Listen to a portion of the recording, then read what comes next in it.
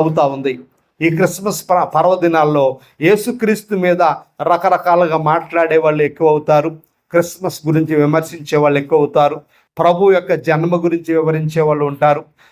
ప్రభువుని రకరకాలుగా అవమానకరంగా, వేదనకరంగా మాట్లాడే వారి సంఖ్య పెరుగుతా వస్తూ ఉంది దేవుని బిడ్డలారా.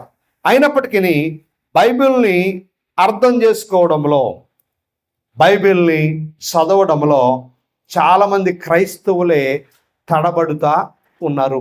అంటే అర్థం కానట్లుగా చదువుతున్నాము కానీ అర్థం కావట్లేదు అన్నట్లుగా మనకి కనబడుతూ ఉంది.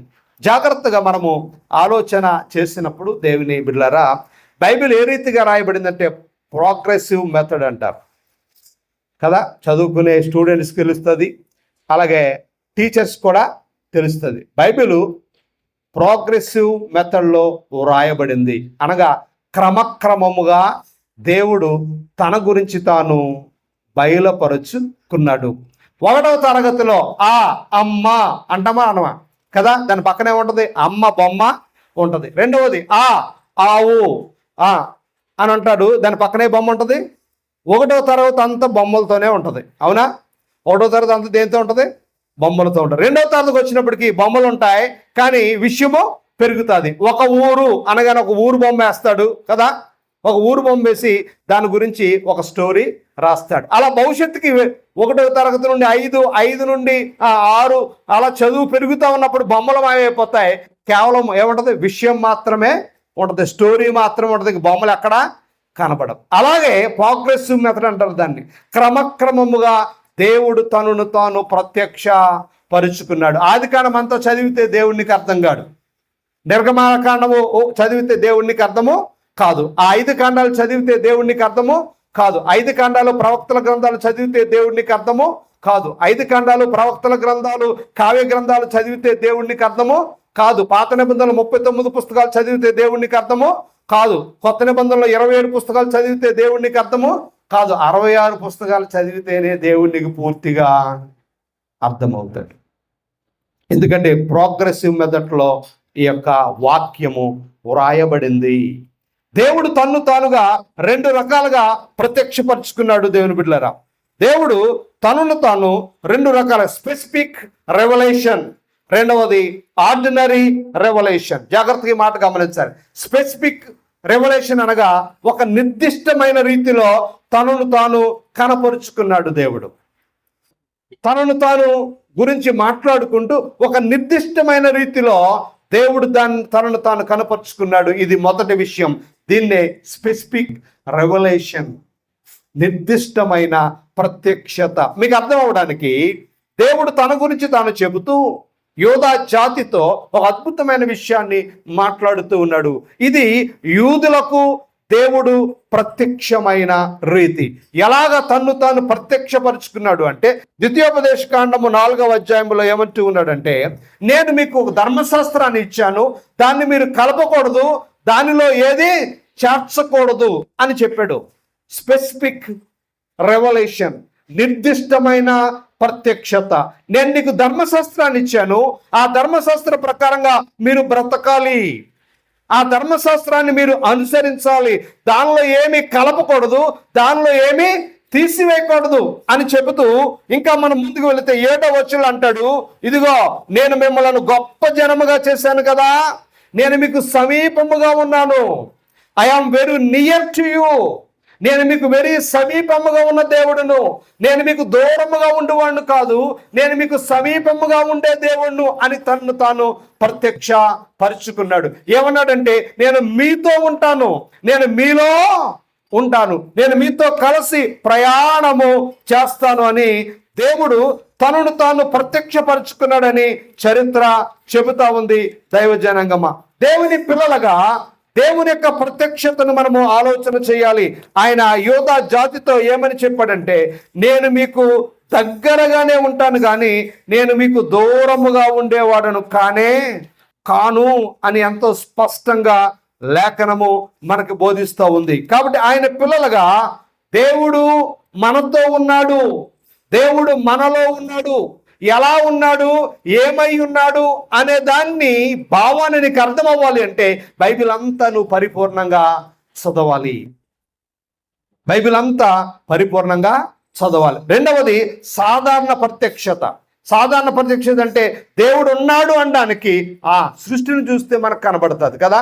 సూర్యుని ఎవరు ఆపరేట్ చేస్తూ ఉన్నారు, చంద్రుని ఎవరు నడిపిస్తూ ఉన్నారు, గాలి ఎలా ఉంది, నీళ్ళు ఎలా ఉన్నాయి, సృష్టిని మనం చూసినప్పుడు దేవుడు ఉన్నాడు అనడానికి మనకి ఆధారము. అందుకనే మన భారతదేశంలో సృష్టినే వారు దేవునిగా కొలిచారు, సృష్టినే వారు దేవునిగా తయారు చేశారు. సూర్యుడు లేకపోతే మానవ జాతికి ఏమి లేదు, మనుగడ లేదు. కాబట్టి వారు సూర్యుడిని దేవుడు అన్నారు. దేవుని బిడ్డలారా, గాలి లేకపోతే మనకు మనుగడ లేదు కాబట్టి వాయువు దేవుడు అన్నారు. నీళ్లు లేకపోతే మనకు మనుగడ లేదు కాబట్టి నీళ్లు దేవుడు అన్నారు. సృష్టి యొక్క ప్రత్యక్షతను చూసి దేవుడు అనుకున్నారు, కానీ నిజమైన దేవుడు ఎలా ఉంటారో వాళ్ళు గుర్తించలేక పోయారు. దేవుని బిడ్డలారా, నిజమైన దేవుణ్ణి వారు వెతుకులాటలో, నిజమైన దేవుణ్ణి మరి కనుగొనుటలో ఋషులైన వారు ఎన్నో రకాల పుస్తకాలు రాశారు. మన భారతదేశంలో ఎన్నో రకాల పుస్తకాలు రాసి దేవుని యొక్క స్వరూపాన్ని వారు రకరకాలుగా తయారు చేశారు. దేవుడు శక్తివంతుడు కాబట్టి ఒక 2-3 తలకాయలు ఉండాలి. దేవుడు మహాజ్ఞాని కదా, ఆయన ఆలోచనకర్త కాబట్టి, సృష్టికర్త కాబట్టి దేవుడికి 3 తలకాయలు ఉండాలని వారు దాన్ని తయారు చేశారు. దేవుని శక్తివంతుడు 10 చేతులు ఉండాలి కాబట్టి దేవునికి ఏం పెట్టారు, 10 చేతులు పెట్టారు. అంటే దేవుని యొక్క ప్రత్యక్షతను అవగాహన చేసుకోవడంలో వారి యొక్క ఉద్దేశాలను బయలుపరిచారు. కానీ క్రైస్తవులుగా, ఆయన పిల్లలుగా దేవునిని అనుభవించుటలో, లేకపోతే దేవునితో సహవాసము చేయుటలో దేవుని యొక్క పరిపూర్ణత మనకు అర్థమైందా? బైబిల్ మనం చదువుతా ఉన్నాం కదా, ప్రతి రోజు చదివే వాళ్ళు ఉన్నారు. వారానికి ఒక 2 సార్లు వారికి ఉన్న సమయాన్ని బట్టి, పరిధిని బట్టి, అవకాశాన్ని బట్టి బైబిల్ చదువుతా మనం వెళుతూ ఉన్నాము. నేను అంటున్నాను, మరి దేవుని గ్రంథము నీకు అర్థమైందా? దేవుడు ఏమై ఉన్నాడు, దేవుడు ఎలాంటి వాడో, దేవుడు మానవ జీవితంలో ఎలాంటి కార్యాలు చేయగలడో, దేవుని యొక్క సంకల్పము, దేవుని చిత్తము ఆయన ఏ రీతిగా మన జీవితంలో జరుగుద్దో, దేవుని గూర్చిన అవగాహన మీకు ఏమాత్రము ఎంతవరకు కలిగి ఉన్నారు అనేది మనము ఆలోచన చేసుకోవాలి. దేవుని బిడ్డలారా, దేవుడు ఎలాంటి వాడు అంటే బైబిల్ అంటుంది ఆయన స్నేహితుడు అంటుంది. బైబిల్ ఏమంటుంది, ఆయన స్నేహితుడికి ఎలాంటి సహాయము చేయగలడు, అంతకు మించి దేవుడు సహాయము చేయగలడు. దేవుడు ఎలాంటి వాడు, తల్లి లాంటి వాడు. తల్లి ఎలాంటి పనులు చేస్తుందో అంతకు మించి పనులు చేయగలిగిన వాడు దేవాతి దేవుడు. దేవుడు ఎలాంటి వాడు అంటే తండ్రి లాంటి వాడు. తండ్రి ఎలాంటి పనులు నీ జీవితంలో చేయగలడో అలాంటి పనులు దేవుడిని జీవితంలో చేయగలడు. దేవుడికి ఎలాంటి వాడు అంటే బంధువు. ఒక బంధువు నీకు ఎలాంటి పనులు చేయగలడో అలాంటి పనులు ఆయన నీకు చేయగలడు. దేవుని అవగాహన చేసుకోవడంలో, దేవుని అర్థం చేసుకోవడంలో ఆయన పిల్లలుగా మనం ఏ రీతిగా ముందుకి కొనసాగుతూ ఉన్నామో మనల్ని మనం జాగ్రత్తగా పరిశీలన చేసుకోవాలి. దేవుని పట్ల ఆసక్తి దేవుని బిడ్డలారా మన జీవితంలో ఎంతవరకు ఉంది? దేవుని పట్ల ఆసక్తి మన జీవితంలో ఏమి జరిగిస్తూ ఉంది? అసలు దేవుని పట్ల ఆసక్తి ఉంటే ఒక వ్యక్తి దేవుని కొరకు ఏమి చెయ్యాలి చెప్పండి? దేవుని పట్ల ఆసక్తి ఉన్న వ్యక్తి దేవుని కొరకు ఏమి చెయ్యాలి? 1-2 చెప్పండి. ఎవరు మాట్లాడలేదండి? దేవుని పట్ల ఆసక్తి ఉన్న వ్యక్తి దేవుని కొరకు ఏం చెయ్యాలి చెప్పండి? 1 సువార్త చెప్పాలా? వెరీ గుడ్, సువార్త చెప్పాలి. ఇంకా వినపట్లేదు. మీరు ఎవరు మాట్లాడరా? ఎదురోళ్ళు ఎవరు? దేవుని పట్ల నాకు ఆసక్తి ఉంది అంటున్నాం మనమందరం. కానీ ఏం చేయాలి? దేవుని కొరకు ఆరాధించాలి. Very good. సువార్త చెప్పాలి, ఆరాధించాలి, ఇంకా పరిచర్య చేయాలి, ఇంకా చెప్పాలి. ఇంకా అసలైన పాయింట్ ఉంది. ఇవన్నీ కూడా విలువైన మాటలే, కానీ అసలైన పాయింట్ దేవుని కొరకు ఏం చేయాలి అని ఎవరైనా అడిగితే వెంటనే ఒక మాట క్రైస్తవుడు మాట్లాడాలి, ఏమంటే నా మట్టుకైతే బ్రతుకుట చావైతే. అలాంటి వారు దేవుణ్ణి యథార్థంగా ఆరాధించే అలాంటి వారు కావాలని, దేవుని కొరకు చావడానికి సైనికుడు వలె సిద్ధపడే క్రైస్తవులు కావాలి. అందుకని యేసుప్రభు అన్నాడు, శిష్యులను తయారు చేయండి అన్నాడు. ఏమన్నాడు? మత్తయి సువార్తలో సమస్త జనులను ఎలా చేయమన్నాడు? మనం ఏం తయారు చేస్తున్నాం? విశ్వాసులు తయారు చేస్తున్నాం. శిష్యుడు వేరు, విశ్వాసు వేరు. శిష్యుడు అంటే గురువు యొక్క అడుగుజాడలో 100% నడిచేవాడు. విశ్వాస అంటేనో అవసరమైనప్పుడు వచ్చి, అవసరం కానప్పుడు రాడు. శిష్యుడికి ఒక నియమం ఉంటుంది. శిష్యుడు వేరు, విశ్వాసే వేరు. దేవుడు కోరుకున్నది ఏమిటి? శిష్యరికము కదా, శిష్యరికము. గమనించాలి దైవజనం. శిష్యుడు గురువు గారి కోసం ప్రాణత్యాగం చేస్తాడు. గురువు కోసం సమస్తాన్ని త్యాగము చేసేవాడు ఎవరో? శిష్యుడు. మనం అనుకుంటున్నాము, దేవుని కొరకు నాకు ఆసక్తి ఉంది, దేవుని కొరకు నాకు ఆసక్తి ఉంది అంటే, అమ్మ పలానా పని ఉందరండి అంటే 100 ఫోన్లు చేయాలి. మళ్ళీ బాబా సురేషే అక్కడ ఉన్నావా అంటే, ఇప్పుడే మీటింగ్ అయింది అయ్యగారు. నిజంగా మీటింగులో ఉంటే వెరీ గుడ్. మీటింగ్లో లేకుండా ఎక్కడో ఉండి మీటింగ్ అంటే అక్కడ ఏమవుతుంది? దేవుడి దగ్గర రికార్డ్ అవుతా ఉంటుంది. దేవుని పని పట్ల ఆసక్తి శిష్యుడు గురువు కొరకు ప్రాణం ఇచ్చేవాడిగా, గురువు కొరకు పనిచేసేవాడిగా ఉంటాడు అని లేఖనం ఎంతో స్పష్టంగా చెబుతా ఉంది. మనం శిష్యులమా, విశ్వాసులమా? శిష్యులైతే ఒక లెక్కలో ఉంటాము, విశ్వాసులైతే ఒక లెక్కలో ఉంటాం. అవునా కదా? గమనించాలి. దేవుని పిల్లలుగా మనల్ని మనం పరిశీలన చేసుకోవాలి. యేసుప్రభు ఈ భూమి ముందుకు రావడానికి అనేక కారణాల్లో ఒక అద్భుతమైన కారణాన్ని మనము చదువుతా ఉన్నాం కదా. యేసుప్రభు ఎందుకు వచ్చాడు? పాపములను తీసివేయుటకై ఆయన ప్రత్యక్షమయ్యను. పాపము యొక్క స్వరూపాన్ని గురించి 2 మాటలు మీకు చెప్పాను. ఒకటి రా, రెండవది రషా కదా. 3వ మాటలోకి మనం వెళ్దాం దేవుని బిడ్డలారా. 3వ మాట అషాం అనే పదం వాడాడు హెబ్రీ భాషలో. 3వ పదం ఏమిటో తెలుసా? పాపాన్ని నిర్వచిస్తూ ఆయన మాట్లాడుతున్న మాట అషాం. ఈ మాట ఎక్కువగా లేవీ కాండంలో మనకు కనబడుతుంది, తర్వాత సంఖ్యాకాండంలో మనకు కనబడుతుంది, యెహెజ్కేలు గ్రంథంలో ఈ మాట కనబడుతుంది. అషాం అనే మాట దేవుని బిడ్డలారా ఇనిక్విటీ అన్నాడు ఇంగ్లీష్లో. ఇనిక్విటీ అనగా దోషము లేకపోతే అపరాధము అని అర్థం. అషాం అనే మాటలో ఉన్న భావాన్ని జాగ్రత్తగా మనము ఆలోచన చేసినప్పుడు దేవుని బిడ్డలారా దాని అర్థం ఏమిటంటే తప్పు చేయుట, రెండవది నేరము జరిగించుట, మూడవది గాయపరుచుట. ఒకటి తప్పు చేయడము, రెండవది నేరాన్ని చేయడము, మూడవది గాయపరచడం. తప్పు చేయడం అంటే మనందరికీ తెలుసు, వద్దన్న పని, దేవుడు వద్దన్న పని చేయడం. రెండవది నేరం అంటే దేవుడు దీన్ని దేవుడు అబద్ధం ఆడద్దు అన్నాడు. అబద్ధం ఆడితే ఏంటి? నేరం. దొంగతనం చేస్తే నేరం. చెయ్యొద్దన్న పని. గమనించాలి, నేరం వేరు, తప్పు వేరు. నేరం వేరు, తప్పు వేరు. మూడవది గాయపరచడం. దేవుని బిడ్డలారా గాయపరచడము అనేది అషాం అంటే పాపము. జాగ్రత్తగా ఈ మాటలు మనం గమనించాలి. గాయపరచడం మనం ఆలోచన చేసినప్పుడు సహజంగా చాలా మంది గాయపరచడానికి ప్రయత్నం చేస్తారు కదా. ఒకరు తిడతా ఉంటే తట్టుకోలేక, ఎవరన్నా తిడుతున్నారో తట్టుకోలేక ఏం చేస్తాం మనం? కర్ర ఇచ్చుకునో లేదా రాడ్ ఇచ్చుకునో ఏం చేస్తాం? గాయపరుస్తాం. గాయపరచమా?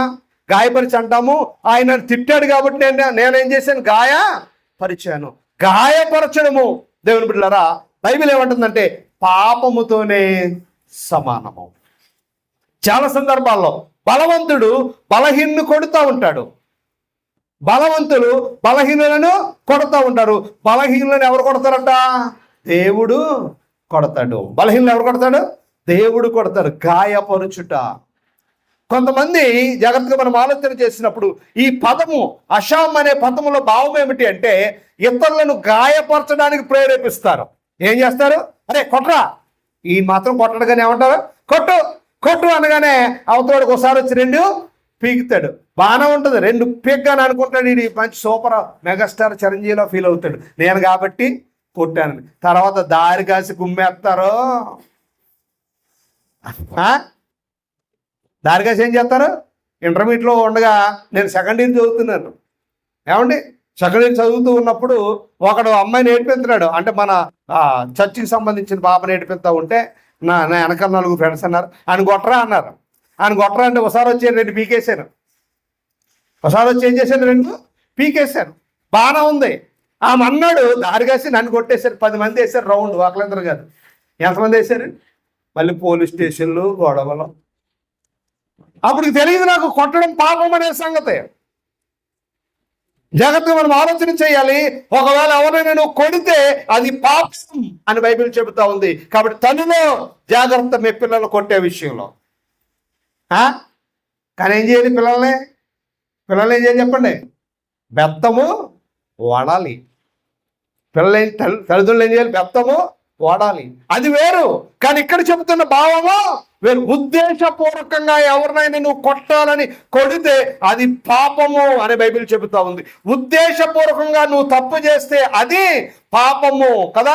100 రూపాయలు ఇంట్లో ఉన్నాయి, అత్తగారు చీర కింద పెట్టుకుంది, కోడలు ఉద్దేశపూర్వకంగా లేపేసింది అనుకో, అదేంటది? పాపము. కోడల్లో జీతం తెచ్చుకుని దాచుకుంది, అత్తగారు ఉద్దేశపూర్వకంగా లేపేసి కొడుకు చేత కొట్టించాలనుకుని లేపేసి మీ ఆవిడ డబ్బు ఏం చేసిందో తెలంగాణ, ఎవరికి చేసిందో తెలంగాణ ఉద్దేశపూర్వకంగా కొంతమంది చేస్తారు కదా. కొట్టడానికి కొంతమంది ఉద్దేశపూర్వకంగా తప్పులు చేస్తారు, అది పాపం అంటా ఉంది బైబిల్లో. అంటే ఒక వ్యక్తిని కొట్టించడానికి, ఒక వ్యక్తిని గాయపరచడానికి ఉద్దేశపూర్వకంగా నువ్వు చేసే ప్రతిదీ పాపము అని బైబిల్ చెబుతా ఉంది. బైబిల్ దాన్ని అసాం అందు. దేవుని పిల్లారా, జాగ్రత్తగా మనం ఆలోచన చేసినప్పుడు ఉద్దేశపూర్వకంగా మనం అంటాము నేను తప్పు చేయలేదు కదా అంటాము, కానీ తప్పును ప్రేరేపిస్తున్నావు, తప్పును ప్రోత్సహిస్తున్నావు, తప్పు జరిగేటట్లుగా చేస్తున్నావు. చాలా మంది గొడవలు పెడతారు, కొట్టుకునేటట్లుగా చేస్తారు, అది పాపం అంటుంది బైబిల్ దైవ గ్రంథము. దేవుని పిల్లలుగా పాపం యొక్క నిర్వచనాన్ని మనము ఆలోచన చేయాలి. కొట్టడానికి, ఎవరినైనా గాయపరచడానికి ప్రోత్సహిస్తే, నేరాన్ని చేయడానికి ప్రోత్సహిస్తే, తప్పిదము చేయడానికి ప్రోత్సహిస్తే అది పాపము అని బైబిల్ చెబుతా ఉంది. దేవుని బిడ్డలారా, ఇది 3వ మాట. 4వ మాట హఠా అన్నాడు హెబ్రీ భాషలో. హఠా, ఇది పాత నిబంధనలో ఇంచుమించు 600 సార్లు ఈ పదం వాడబడింది. హఠా. జాగ్రత్తగా ఈ మాట మనం ఆలోచన చేయాలి. ఇదే పదం గ్రీకు భాషలో కూడా కొత్త నిబంధనలో వాడబడింది, హమర్తియా. గ్రీకులో హమర్తియా అనే పదం వాడబడింది, హెబ్రీలో హఠా. ఈ పదములో ఉన్న భావాన్ని, దీని ప్రాథమిక అర్థం ఏమిటంటే గురి తప్పుట. ఏంటి చెప్పండి? గురి తప్పుట. నువ్వు వెళ్ళవలసిన మార్గాన్ని తప్పి పోవడము, నువ్వు చేయవలసిన పనిని క్రమముగా చేయక పోవడము, గురి తప్పుట. లేకపోతే మరొక అర్థం ఉంది దేవుని బిడ్డలారా, సరికాని దానిని, అంటే వెళ్ళవలసిన మార్గంలో వెళ్ళకుండా వెళ్ళకూడని మార్గంలో వెళ్ళడం, చేయవలసిన పని చేయకుండా చేయకూడని పని చేయటం, అది హఠా అన్నాడు దేవుని బిడ్డలారా. దానిలో చాలా అర్థాలు ఉన్నాయి. అందులో మొట్టమొదటి అర్థము మనం ఆలోచన చేసినప్పుడు నిర్గమాకాండం 5వ అధ్యాయంలో ఒక అద్భుతమైన మాట వ్రాయబడింది. అక్కడ ఏమిటి అంటే 16వ వచనంలో తప్పిదము అనే పదం వాడబడింది. నిర్గమాకాండము 5వ అధ్యాయం 16వ వచనము తప్పిదము అంటే పొరపాటు అంటాం మనం. ఏంటది? తప్పిదము, పొరపాటును జరిగేది, అంటే అనుకోకుండా జరిగేది తప్పిదము. అనుకోకుండా జరిగేదాన్ని కూడా బైబిల్ ఏమంటుందంటే పాపమే అంటుంది. అలాంటప్పుడు అంటే జాగ్రత్తగా మనం ఆలోచన చేస్తే పాపం యొక్క నిర్వచనాన్ని మనము పరిశీలన చేసినప్పుడు దేవుని బిడ్డలారా, తప్పిదము అనుకోకుండా జరిగేది కూడా బైబిల్ పాపమని సంబోధిస్తూ ఉంది. మరొక భావాన్ని మనం చూసినప్పుడు రాజుల మొదటి గ్రంథములో 2వ భావాన్ని చెబుతా ఉంది. రాజుల మొదటి గ్రంథము 8వ అధ్యాయము దేవుని బిడ్డలారా 31వ వచనంలో ఏమన్నాడంటే అతిక్రమము అనే పదం వాడాడు అక్కడ, లేకపోతే అన్యాయము. ఏమిటి చెప్పండి? అతిక్రమము లేకపోతే అన్యాయం. అతిక్రమం అంటే క్రమాన్ని తప్పించుట, అన్యాయం అంటే న్యాయాన్ని జరిగించక పోవడము. జాగ్రత్తగా ఈ మాటలు మనం గమనించాలి దేవుని బిడ్డలారా. మొట్టమొదటిగా పొరపాటు. ఏంటి చెప్పండి? పొరపాటు. ఎవరినైనా గుద్దేసి వెంటనే ఏమంటాం మనం? సారీ అండి, పొరపాటును మనం గుద్దేశామంటాం. పొరపాటును ఏం చేస్తాం అంటే పొరపాటు కూడా బైబిల్ ఒప్పుకోవడంలే. పొరపాటును కూడా నువ్వు ఏ పని చెయ్యకూడదు అంటే జాగ్రత్త కలిగి ఉండాలి అని లేఖనము చెబుతా ఉంది. పొరపాటును కూడా దేవుడు క్షమించడు అని లేఖనం చెబుతా ఉంది. రెండవది అన్యాయాన్ని, దేవుని అక్రమాన్ని దేవుడు క్షమించడు. అంటే ఉద్యోగం 8 గంటలు చేయాలనుకోండి, 7 గంటలే చేస్తున్నాం అనుకో, అదేంటది చెప్పాలి? అక్రమం. ఒక వ్యాపారంలో 10% వేసుకోవాలి, 50% వేసుకుంటున్నాం అనుకో, అదేంటి? అక్రమము. ఒక పని చేయాలి కానీ చేయవలసిన పని ఇంత సమయంలో అయిపోద్దని తెలిసి కూడా చాలా మంది చేస్తారు, పాముని చోట పాముతూ ఉంటారు. ఏం చేస్తారు? పాముని చోట పాముతూ ఉంటారు. అంటే అక్రమము. పాముని చోట పామడం, చేసిన పనే చేయడం, రుద్దుని కాడే రుద్దడం. బట్టలు ఉతుకమ్మానం అనుకోండి, పొద్దున్న నుంచి సాయంకాలం దాకా ఉతుకుతానే ఉంటారు. కానీ ఒక పనికి ఒక సమయం ఉంది, నిర్దిష్ట సమయం ఉందంటే నిర్దిష్ట సమయంలో చేయవలసిన పని చేయకపోవడము అక్రమము అంది బైబిల్. దాన్నే అన్యాయము అంది. మనం అనుకుంటాము అన్యాయం అంటే ఎవరిదన్నా ఏ కొంపన్నా దోషెత్తే అన్యాయం అనుకుంటాం కదా, లేకపోతే ఎవరి దగ్గర డబ్బులు తీసేసుకుంటే అన్యాయం అనుకుంటాం. కానీ అన్యాయం అనే మాటకు అర్థం ఏంటి తెలుసా? ఇంట్లో మనం చేసే పనులు కూడా క్రమముగా చేయకపోతే అదేంటి చెప్పండి? అన్యాయమే. భర్త విషయంలో, బిడ్డల విషయంలో, కుటుంబ విషయంలో చేయవలసిన పని. తల్లిదండ్రులకి ఎవరు భోజనం పెట్టాలి? పిల్లలు. తల్లిదండ్రులు పెద్దలు అయిపోయారు అనుకోండి, ఎవరు చూడాలి? పిల్లలే చూడాలి. ఒకవేళ చూడకపోతేనో బైబిల్ ఏముందండి? అన్యాయము. అలాగే తల్లి పిల్లలను జాగ్రత్తగా చూడాలి, తండ్రి పిల్లలను జాగ్రత్తగా చూడాలి. తల్లిదండ్రులు పిల్లలను పట్టించుకోకపోతే అది బైబిల్ ఏమని చెప్పండి? అన్యాయము. గమనించాలి దేవుని బిడ్డలారా. తప్పిదాన్ని దేవుడు ఒప్పుకోడు, అన్యాయాన్ని దేవుడు ఒప్పుకోడు. మరొక మాట, అద్భుతమైన మాట రాయబడింది, ఆది కాండంలో ఉంటుంది ఆ మాట. 44వ అధ్యాయము 32వ వచనంలో ఆ మాట గురించి ఈ రీతిగా వ్రాయబడింది. మీరు జాగ్రత్తగా చదువుకోవాలి ఇంటికి వెళ్ళిన తర్వాత. ఏమన్నాడంటే నింద లేకపోతే నేరము మోపుట. ఏం మోపుట చెప్పండి? నేరము మోపుట, నింద. యేసోబు మీద పోతిఫరు భార్య నింద వేసింది, నేరాన్ని మోపింది. జాగ్రత్తగా మాట గమనించాలి దేవుని బిడ్డలారా. ఎవరైతే నేరాన్ని మోపుతారో అది పాపము అంటా ఉంది బైబిల్లో. ఎవరైతే నిందను మోపుతారో అది పాపము అంటుంది బైబిల్. అంటే చేయని దానిని చేశారు అన్నట్లుగా. ఒకవేళ ఒక వ్యక్తి మీద నువ్వు నింద వేస్తే, ఒక వ్యక్తి మీద నువ్వు నేరము మోపితే, దొంగతనం చేయకపోయినా చేశారు అన్నట్లుగా ఒకవేళ నువ్వు నింద వేస్తే, నేరము మోపితే అది పాపము అంటుంది బైబిల్. కాబట్టి దేవుని పిల్లలుగా ఎవరి మీద తెలియకుండా నింద వేయకూడదు, నేరము మోపకూడదు. ఎంత క్లీన్గా దేవుని గ్రంథం మాట్లాడుతూ ఉందో దేవుని బిడ్డలారా. మానవ జీవితంలో ఎన్నో సమస్యలు వస్తాయి, ఒడిదుడుకులు వస్తాయి, ఇబ్బందులు వస్తాయి. అలాంటప్పుడు ఒక నింద వేసేటప్పుడు, ఒక నేరం మోపేటప్పుడు ఆలోచించకుండా నువ్వు మాట్లాడితే అది నీ జీవితంలో పాపాన్ని తెచ్చిపెడుతుంది. ఏం తెచ్చిపెడతా చెప్పండి? పాపాన్ని తెచ్చిపెడుతుంది. కాబట్టి నింద వేసేటప్పుడు, ఒకరి మీద నేరము మోపేటప్పుడు 1కి 10 సార్లు ఆలోచించాలి అని బైబిల్ చెబుతా ఉంది దేవుని బిడ్డలారా. అంటే తప్పిపోవడం, గురి తప్పడం అనేది పాపము అంది బైబిల్. రెండవది అక్రమము లేదా అతిక్రమము లేకపోతే అన్యాయము పాపం అంది బైబిల్. తర్వాత దేవుని బిడ్డలారా నేరము మోపుట లేదా నింద వేయుట పాపం అంది బైబిల్. మరొక మాట లేవి కాండంలో వ్రాయబడింది 5వ అధ్యాయము 16వ వచనంలో. ఏమని రాయబడిందంటే హాని చేయుట. ఏం చేయడు చెప్పండి? హాని. మనం చెయ్యం, చేసేలాగా ఏం చేస్తాం? ప్రోత్సాహం ఇస్తాం. హాని చేయుట, ఇతరులకు హాని చేయాలనే ఆలోచన, ఇతరులకు హాని చేసే ఆలోచన పాపము అంటా ఉంది బైబిల్. దేవుని బిడ్డలారా, అంటే మనిషి ఎన్ని రకాలుగా పాపములో పడిపోయాడో చూడండి.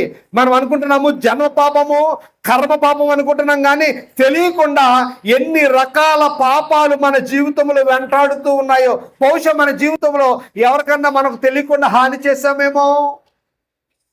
మనకు తెలియకుండా ఏం చేశాము? హాని చేశామేమో.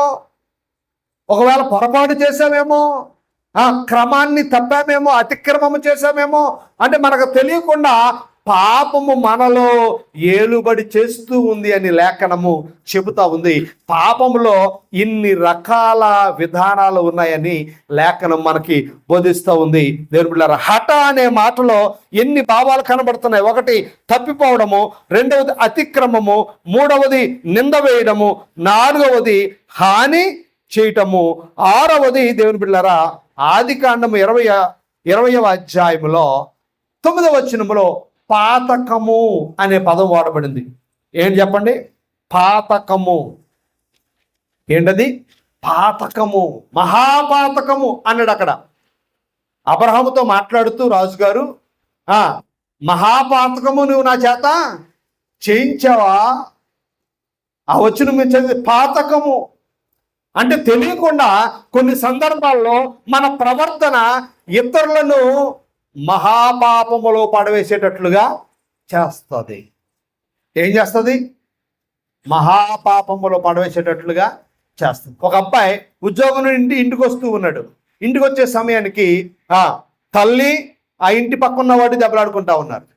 జుమ్ పట్టుకుని ఒకడొకరు కొడతా ఉంటే ఆ సన్నివేశాన్ని చూసి దేవుని బిడ్డలారా వాళ్ళిద్దరిని విడదీశాడు కొడుకు. విడదీసినప్పుడు తల్లి అంది, ఒరే ఈ మనిషిని నేను చంపాలనుకుంది, దాన్ని చంపే అంది తల్లి.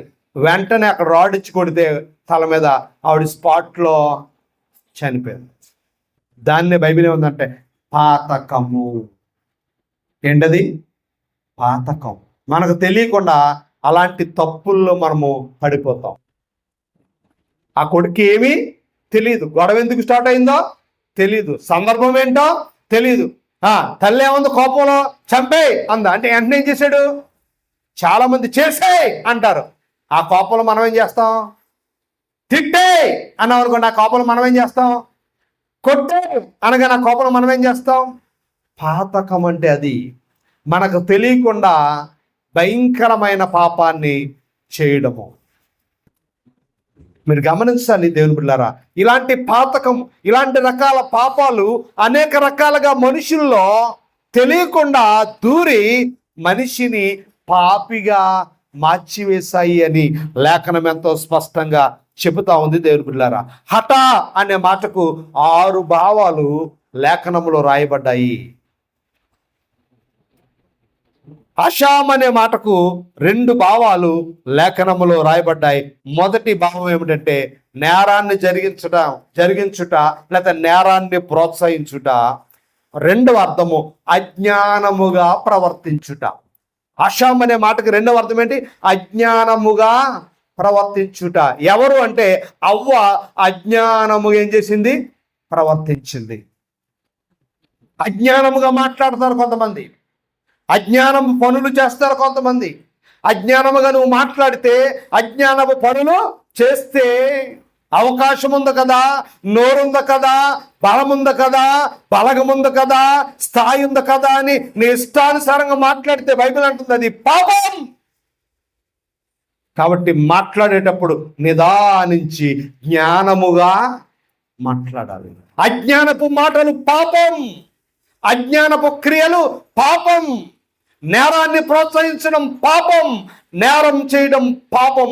కాబట్టి మనుషుడు ఇన్ని రకాలుగా పాపములో పడిపోయాడు అని లేఖనం చెబుతా ఉంది. దేవుని బిడ్డలారా, పాపం యొక్క నిర్వచనలో మరొక మాట అవాన్ అన్నాడు. అవాన్ అనే మాటకి అర్థం ఏమిటంటే అపరాధము లేకపోతే దోషము, గిల్టీ అంది బైబిల్. దేవుని బిడ్డలారా, గిల్టీ అపరాధ భావం. ఎవరన్నా మనం తిట్టేసామనుకోండి, కాసేపటికి ఏమవుతుంది మనకి? అనవసరంగా తిట్టేశాను. ఎలా తిట్టేశాను? అనవసరంగా తిట్టేశాను. ఎవరినైనా కొట్టేసామనుకోండి, కాసేపటికి అనవసరంగా. అపరాధ భావం, అపరాధ భావం. గమనించాలి దేవుని బిడ్డలారా, జాగ్రత్త. ఈ మాట మనం ఆలోచన చేసినప్పుడు అపరాధ భావం వస్తుంది క్షణంలో. మళ్ళీ అంట తనల్లే ఏం పర్లేదు, అనాలే ఏం పర్లేదు అంటే వంకర బుద్ధి అంద బైబిల్. దాన్ని ఏ బుద్ధి? వంకర బుద్ధి. అప్పుడే కొట్టేశావు, వెంటనే ఏం కలుగుద్ది? అయ్యో కొట్టేశాను అని అనిపిస్తుంది. మళ్ళీ వెంటనే ఏమనిపిస్తుంది? తన్నాలే అనిపిస్తుంది.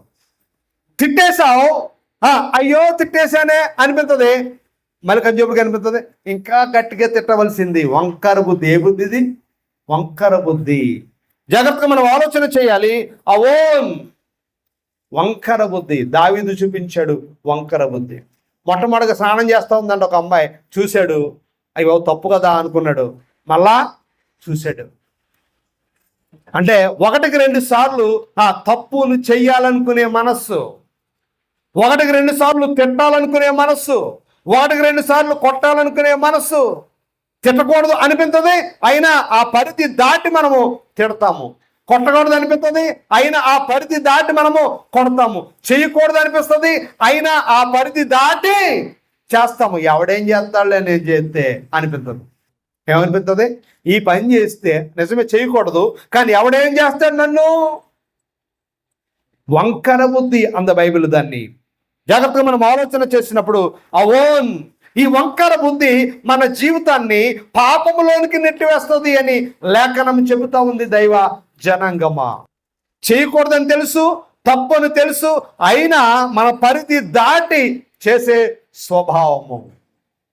గిల్టీ, అపరాధ భావం ఉన్నా దాన్ని దాటి, ఆ పరిధి దాటి చేసే స్వభావము. దాన్నే బైబిల్ ఏమందంటే కీర్తన 43:1 అన్యాయము అంద బైబిల్. ఏమంది? న్యాయమేంటో తెలుసు నీకు, ధర్మమేంటో తెలుసు నీకు, అయినా నువ్వేం చేసావు? అన్యాయము చేసావు.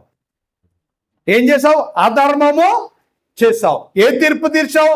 తప్పుడు తీర్పు తీర్చావు. అన్యాయము, అన్యాయాన్ని మూట కట్టుకోవడం, అన్యాయాన్ని మూట కట్టుకోవడం పాపం అంద బైబిలు. దేవుని బిడ్డలారా, అవోన్ అనే మాటలో 2వ భావము భక్తిహీనత. ఏం చెప్పండి? భక్తిహీనత. 89వ కీర్తన 22వ వచనములో భక్తిహీనత లేకపోతే దుష్టత్వము. 89వ కీర్తన 22వ వచనంలో ఈ మాట కనబడుతుంది, దుష్టత్వము. దాన్నే భక్తిహీనత. భక్తిహీనత అనే మాటకు అర్థం ఏంటి చెప్పండి?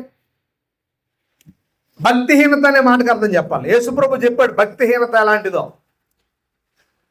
చెప్పాలి. భక్తిహీనత అంటే ఏంటి? భక్తిహీనత అంటే యేసుప్రభు ఉపమానం చెబుతూ పరిసయుడు సుంకరి. ఎవరో? పరిసయుడు సుంకరి. పరిసయుడు వారానికి 2 సార్లు ఉపవాసం ఉంటున్నాడు, పరిసయుడు దశంభాగం ఇస్తున్నాడు. కానీ పరిసయుల్లో ఏముందంటే అహంకారము ఉంది. ఏమన్నాడంటే సుంకరి వంటి వాడను కాను. భక్తిహీనత. మనం బాగా పాటలు పాడుతున్నాం అనుకోండి, ప్రసంగం బాగా చేస్తున్నాం అనుకోండి, నాకంటే గొప్పడు ఎవడో చూడేసా నీ మొఖానికి ఏం తెలుసు? భక్తిహీనత. భక్తిహీనత, అహంకారం. నేటి క్రైస్తవ సమాజంలో ఈ భక్తిహీనత ఎక్కువైపోయింది. నాకు తెలుసులే, వాకింగ్ చెప్తున్నాం అనుకోండి, పైకి చూస్తారు కొంతమంది, కొంతమంది కిందకి చూస్తారు. దాని అర్థమేంటి? నాకు బాగా తెలుసులే, నీ మాట ఇవ్వాల్సిన పని నాకేంటి? అహంకారపు క్రియలు, అహంకారపు కార్యాలు, దుష్టత్వము, భక్తిహీనత. బైబిల్లో దేవుడు క్షమించని పాపాల జాబితాలో ఒక పాపం ఏమిటంటే భక్తిహీనత. 2వ పాపము విగ్రహారాధన. దేవుడు ఎప్పటికీ దాన్ని క్షమించడు. 100% క్షమాపణ లేని పాపాలు బైబిల్లో ఉన్నాయి. క్షమించే పాపాలు ఉన్నాయి, క్షమించని పాపాలు ఉన్నాయి. ఇప్పటి వరకు మనము ఎన్ని పదాలు? 5 పదాలు మనం నేర్చుకున్నాం. పోయిన వారం 2 పదాలు, ఈ వారం 3 పదాలు. ఈ 5 పదాల్లో ఉన్న ప్రతి పాపం యొక్క నిర్వచనము దేవుడు క్షమిస్తాడు. కానీ దేవుడు క్షమించని పాపముల్లో మొట్టమొదటిది భక్తిహీనత, రెండవది చెప్పాలి, రెండవది ఏంటి? విగ్రహారాధన. భక్తిహీనుడిగా మారిపోయి ఇస్కరియోతు యోధ ఏం పోగొట్టుకున్నాడు? పరలోకాన్ని పోగొట్టుకున్నాడు. తల్ల వచ్చని ప్రార్థన చేసుకుందాం. ప్రేమ కలిగిన తండ్రి, కృప కలిగిన నాయన,